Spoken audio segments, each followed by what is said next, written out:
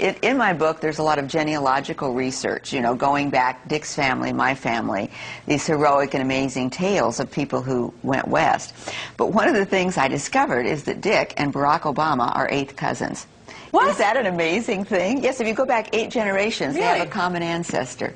These spiritual beings have been ruling this planet through very specific bloodlines, who long ago swore allegiance to these beings in exchange for wealth and power over the human race. In preparing the whole world for the ultimate spiritual deception, these evil entities have planned.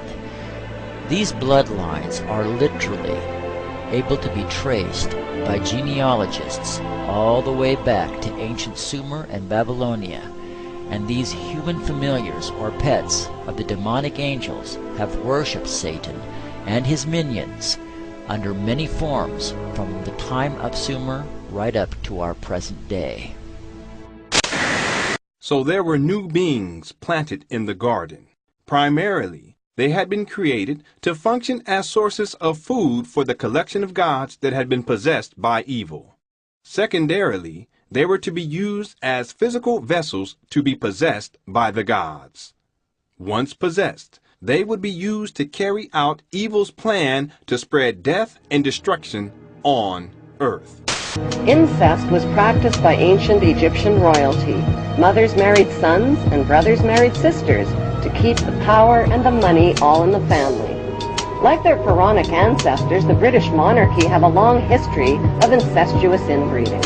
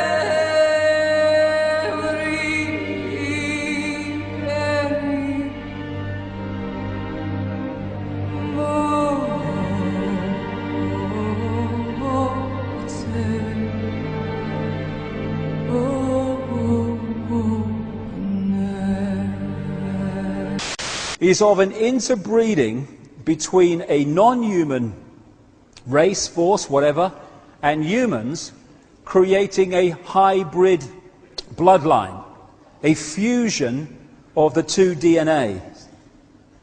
Even in Genesis, we have one version of this, but you find this all over the world, in every culture.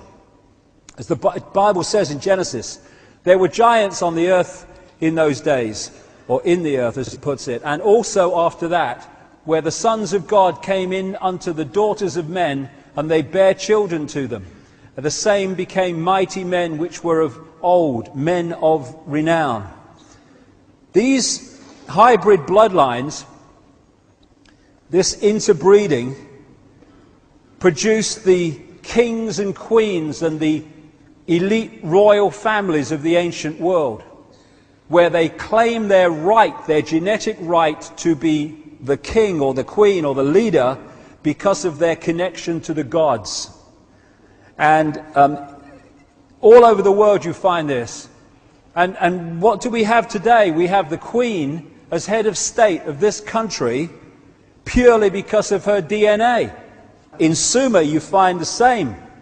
Sumer, which became Babylon, which became Iraq, has ancient texts and tablets which describe the same recurring global story of this interbreeding to create this hybrid race. The hybrid race became known as the demigods, part human, part God, because of this interbreeding connection. This hybrid bloodline went off across the world, up into Northern Europe. It became the power behind the Roman Empire and the creation of the Roman Church, which became, of course, global Christianity. Much more about that as we go along. And everywhere it went, it became the royal bloodline, the elite bloodline, the one that became the leaders and the kings and the queens, and also the people in charge behind the scenes. And it interbred with other such bloodlines in Northern Europe to become the royal families and aristocratic families of Europe. And so today, these hybrid bloodlines are known as the Illuminati, the illuminated ones, and they're the ones that control the transnational corporations, governments, the banking system, the whole shebang that dictates and controls the direction of society. Many of the United States presidents have blood relations with each other. The Bush lineage has blood ties to a great number of former presidents. George Washington, Millard Fillmore, Franklin Pierce, Abraham Lincoln, Ulysses Grant, Rutherford Hayes, James Garfield, Grover Cleveland, Teddy Roosevelt, William Taft, Calvin Coolidge, Herbert Hoover, Franklin Roosevelt, Richard Nixon, and Gerald Ford. Michael Tessarion points out in his work that Bush is closely related to every European monarch on and off the throne, and has kinship with every member of Britain's royal family. Bush's family tree can be documented as far back as the early 15th century. He has a direct descent from Henry III and from Henry VIII's sister Mary Tudor. He is also descended from Charles II of England. And we also find that George W. Bush is a direct descendant of Godfrey de Bouillon.